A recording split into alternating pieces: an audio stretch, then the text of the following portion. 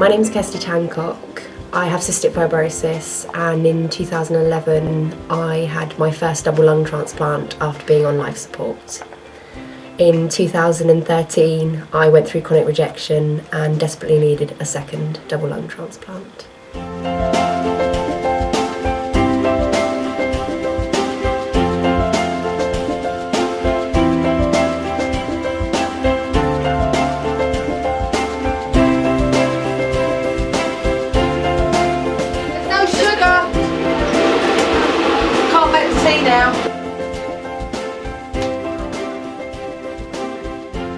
When Kirstie was first born, they knew that something was wrong with her because she had a big tummy. And after tests they found that she needed to have an operation at Great Ormond Street, and they later discovered that what was present was that she could possibly have cystic fibrosis. There's nothing, one specific thing I love about pole. It's the whole combination of things, the things it can become, the thing, whatever you want it to be.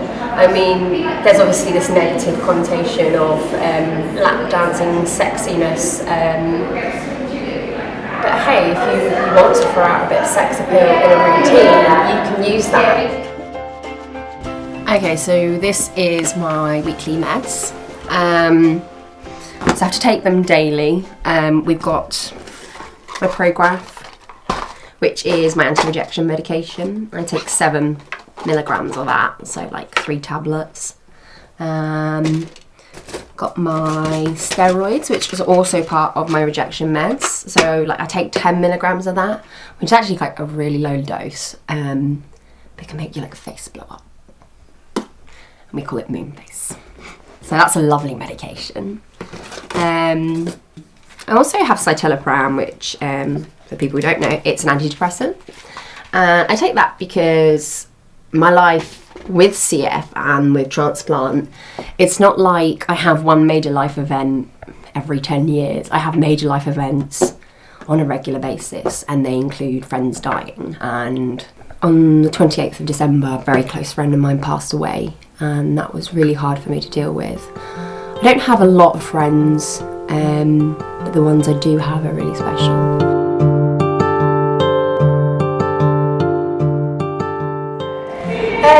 So my first transplant, I had to learn to walk and talk again, and for some reason, although I had to learn to walk and talk, I still thought I could walk up to a pole and go upside down.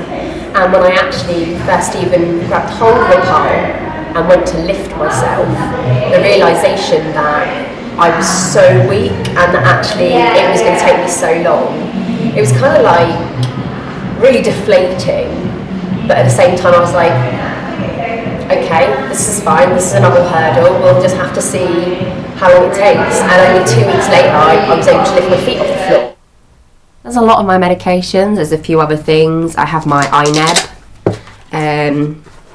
which is my neb that I do. And yeah, I just haven't opened this in a while, you can tell. Put the medication in there, in that little bit, and then I switch it on, and basically I have to breathe it in, and that's an antibiotic to stop my lungs getting infected. I have to do that twice a day, and I have to do my lung function every day as well. It's part of my treatment, and that to see if I am rejecting my lungs or if I've got an infection, because it's not always clear. You know, you can feel quite normal and drop 10% of lung function. So I turn it on and it comes up with that man telling me to blow into it.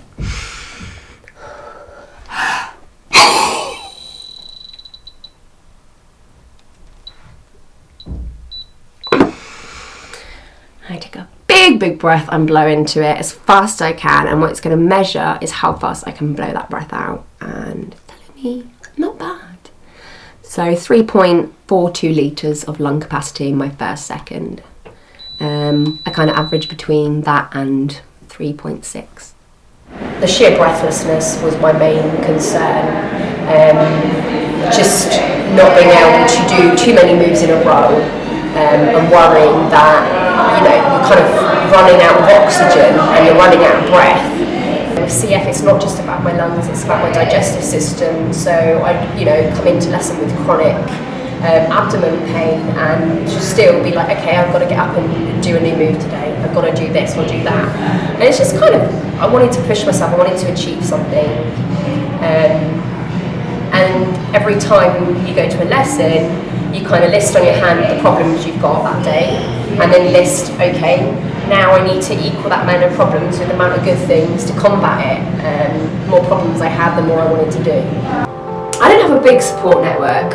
I had a close support network. I had my mum, my nan, my husband, and they were kind of everything really.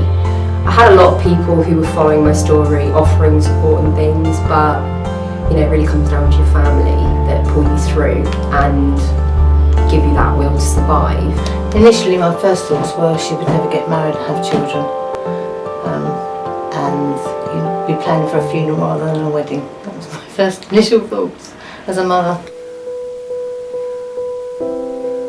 3 days before the wedding, my carers came in and I couldn't get off my BiPAP machine, which I would be on overnight, and I couldn't breathe, and I knew if I took it off then that would be it. And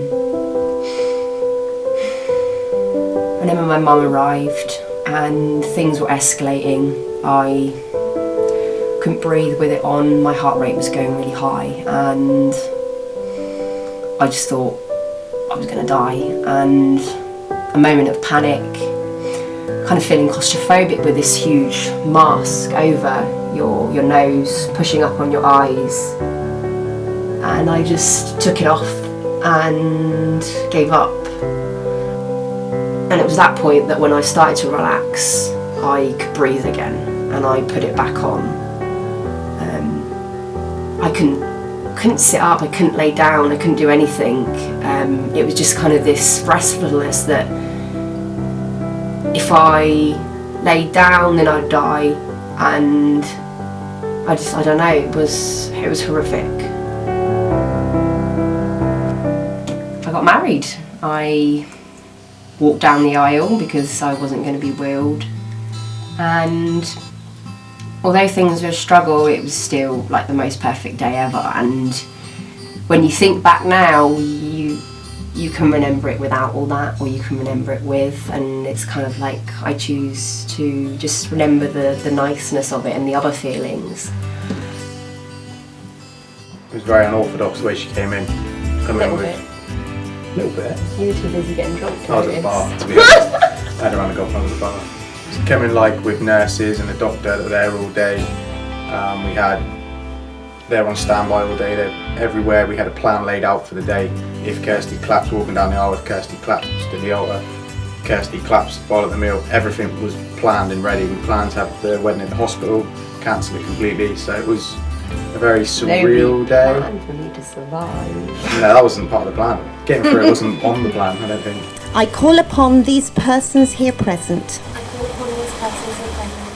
to witness that I, Kirstie Mills, do take thee, Stuart Carl Tancock, to be my lawful wedded husband. I was rushed into hospital after my wedding, and they gave me the option to stay at Exeter and spend the last couple of days with my family, be airlifted to Harefield to have life support. And the initial thought wasn't for me, it was for Stuart and for my mum that I was doing it. How could I get married and then just leave the man of my dreams without actually putting up a fight? That was kind of my thought. I had to do it for them, if nothing else. And we always knew the lay of the land from the start. Kirstie always said from day one, this is what I have, this is what can happen, this is my timescale. And everything went even quicker than that. So it was tough, but we always believed and we always said that's what would happen. I always knew Kirstie didn't get the first transplant. I always said it from day one. As soon as she got put on the list, I said, you'll get this chance. She was like, no, But we always said that's what would happen. I'd only just got into Harefield Hospital, and it was the night time, everyone had gone home, and I remember the the transplant coordinator coming in and saying that they possibly had lungs, and I was trying to ring Stuart to get hold of him, but he was getting drunk. Oh, Yeah, you were. yeah, right, you got hold of me straight away. I couldn't get hold of you straight I away. ran all the way there. I couldn't get hold of you straight away. I was at the cricket club around the corner. I couldn't get hold of you straight away. That's Mel's fault. And so yeah, you ran to the hospital, and Mum turned up. It was just a waiting game really, because we didn't know whether at that point the donor lungs were suitable. And it was something about 8 o'clock at night, and we had to wait till 1 in the morning to find out whether it was a go. And then 1 went to 2, and I know I'd just sort of given up hope at that point and went to sleep really, didn't I? You just told everybody to leave, Yeah, and we all left. yeah. And they came in and said that there wasn't a go. Mm. Someone else got the lungs, they were too big for me. Yes, another CF patient. My mum spent the morning with me, and my doctor came in early, and I remember sort of crouching down, and I just said the words I could manage to get out, which was, "Help me, I can't do this." And he was in tears at that point, and he was really upset, and he knew that they had to take me off the transplant list at that point. I'd become too ill. They came up with another option that would be to put me on ECMO. It was an experiment as a bridge to transplant, a way of keeping me alive whilst waiting for a set of lungs to come available. But they did come through, and I got the message, and I told Stuart, and so we rushed back to the hospital. Then we had the waiting game for the whole evening and that night to find out if they were, it was going to go ahead. I waited 5 days on ECMO, and what was my last day, a set of lungs became available, and I went down to theatre. Well, I was the one who went in and told her she'd had the transplant, and I expected a smile, and I didn't. She looked devastated, as she said, because she didn't feel well enough. It was only as weeks went by that we started to see the improvements. I still never thought I was going to get through, even when I was walking with a Zimmer frame down the hospital floor. I didn't feel like I was getting stronger, I just felt like I was stuck, and it was so hard. But like I say, when I went out that hospital door, it was like, okay, this is it, everything's going to be okay, and going to go back to doing everything I love and enjoying life. Yeah, it was really hard. That the first time was so much harder for her because she was in a coma. She woke up with a different set of lungs in her. She didn't know what happened over the last 5 days. It was all bits and blurry, so it was a tough ride. But we always knew once she had the tools, she could do the job, and that's what she's done so far, and that's what she continues to do. My second transplant, me and Stuart hadn't had a proper honeymoon, and being nearly 2 years post-transplant, we decided to go to Gran Canaria. And while we were there, we did a lot of walking, a lot of physical activity. We're not really kind of the people to sit around and do nothing. And I just kind of noted that it was really hard.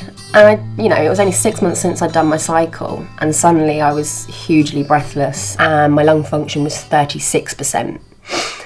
Transplant criteria is 30%, so I was on that edge of what they would call retransplant. I got told 1 transplant, that's it. I got admitted straight away and had another biopsy, I think the day after, and I woke up really struggling to breathe, but I wasn't just on 4 or 2 litres, I was on 10, which is considered as high flow oxygen. And I remember I sat straight up straight away and coughed, and lots of blood came up, but then I just couldn't breathe. And the nurse said, "Well, you're used to bronchs, why is this so bad?" And I was just thinking, something's wrong, you've done something's wrong, it's not right. And I kind of knew what had happened, but you don't want to say because you don't want to seem like you're making a fuss when it could be nothing. But I thought, well, that my lungs collapsed.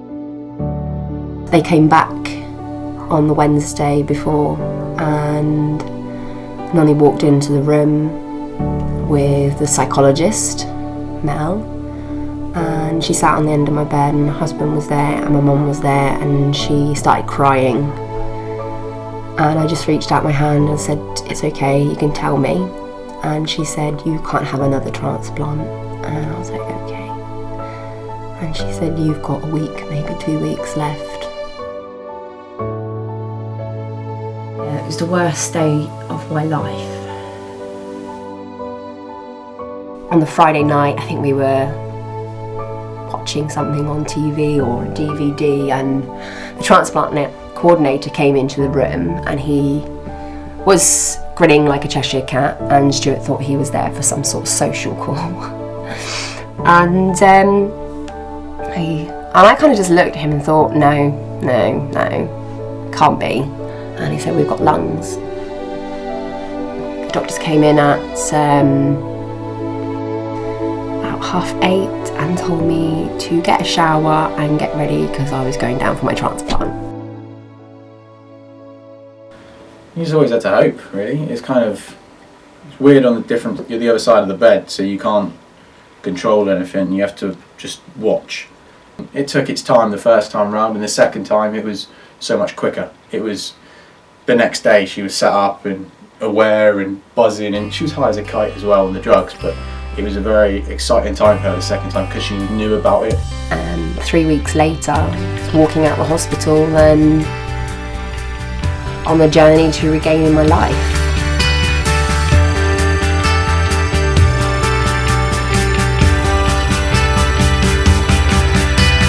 She's achieved, I think, with her charity work, caring for others, the fact that she's had the strength to do what she's done, the fact that she had the strength to get through the first and second transplant. Oh, there's just endless things. I mean, she's done us proud in everything, really, and continues to. When I started out with Live Life, Give Life, I was an ambassador. And that's someone pre-transplant who is going out there, sharing their story, getting people to sign up. And we use their stories to highlight how horrific it is to wait on the transplant list.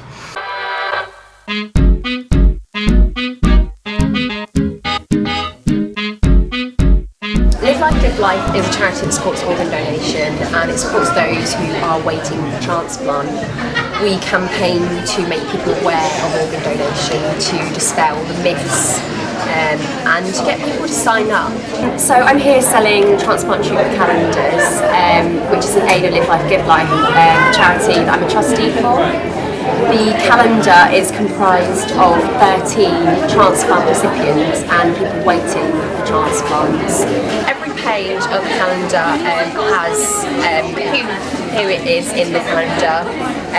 There's a lot of lung patients just because of the people who organised it. There was 3 of us with cystic fibrosis and 1 who received a single lung transplant. So the people we kind of knew were lung transplant patients. We've got Andrew, who is still waiting for a double lung transplant, and unfortunately we have Lou, who was 2 years post, and she passed away earlier this year.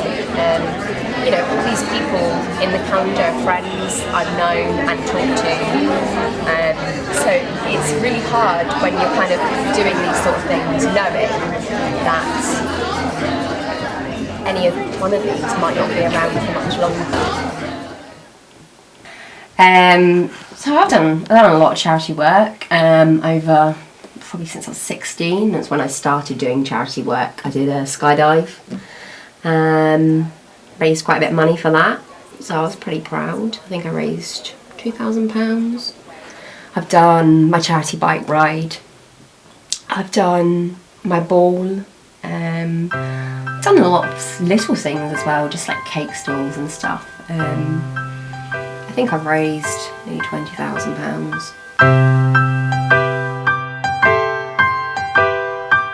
We've had a bumpy ride, but we've got there in the end. It's been ups and downs. We've had a couple of dilemmas here and there, and going back to London and back to London, and it's all part of the ride. It's all part of the journey. Every new turn shows something up, and I know my need to fight isn't over. I still have cystic fibrosis. I still face getting chronic rejection at some point in the future. I understand that inspiration can mean from the smallest of things, but when you're an inspiration to people, they hold you up on a mantle, and you shouldn't be capable of flaws but I'm just a person. I let people into my life to inspire them, but not because I'm an amazing person or anything that people want to hold me up, just because I'm a normal person and I did things that other people can do. Every day is a day I didn't have. Every day is a day I cherish. Every day I think, what can I do with this day to make it worth me being here? I guess I'm on a journey of self-improvement and discovery, and I want to see how far I can get. And I've seen how far I've got so far, and I guess I want to see how far I can continue. It's just doing the improbable. Nothing's impossible.